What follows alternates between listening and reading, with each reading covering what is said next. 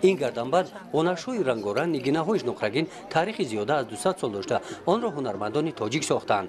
در جشن 25 سالگرد استقلالیت دولتی جمهوری تاجیکستان در نمایش هنرهای مردمی و دستاوردهای مهنتکشان ناحیه جماعت شهرک واسه مسئول مهنت نیاگان و این نامگاه سر و لباس‌ها را که به زمان امروزه تعلق دارند به نمایش گذاشت.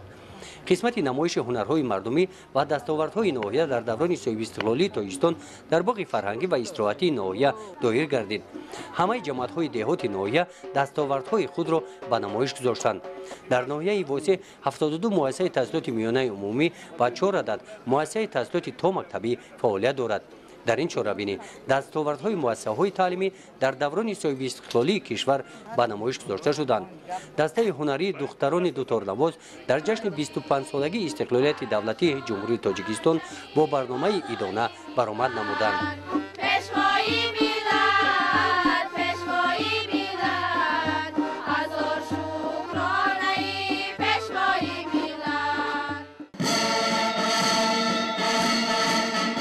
قسمت دیگر جشنواره ایدانه در ناحیه واسه از پرد حربی عبارت بود. پرد حربی از نزد نیمپیکره جوانمرد شجاع وطن گنرال مایور رستم امکیف گذشت. افسران و عسکران قسم نظامی 13483 وزارت مدافع جمهوری تاجیکستان و هیئت شخصی شعبه وزارت کارهای داخلی در ناحیه از اینجا می‌گذرند.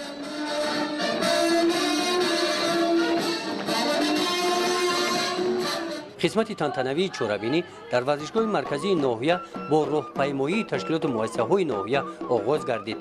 تشکیلات مؤسسه‌های ناحیه با شکرگزاری از دوران صاحب استقلالی کشور از میدان گذشتند. سپس رئیس ناحیه واسه موسی غفورزاده و نماینده دستگاه اجرایی پرزیدنت جمهوری تاجیکستان ساکنان ناحیه را بخشیده به جشن 25 سالگرد استقلالیت دولتی جمهوری تاجیکستان تبریک نموده درباره دستاوردهای تاجیکستان در دوران صاحب استقلالیت سخن کردند.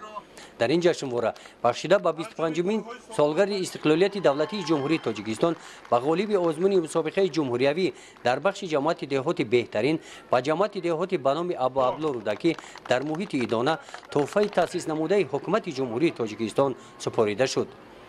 همچنین غالبان دور ناحیوی مسابقه جمهوریوی با افتخارنامه مقامات اجرایی حکومت دولتی ناحیه قدر کرده شدند.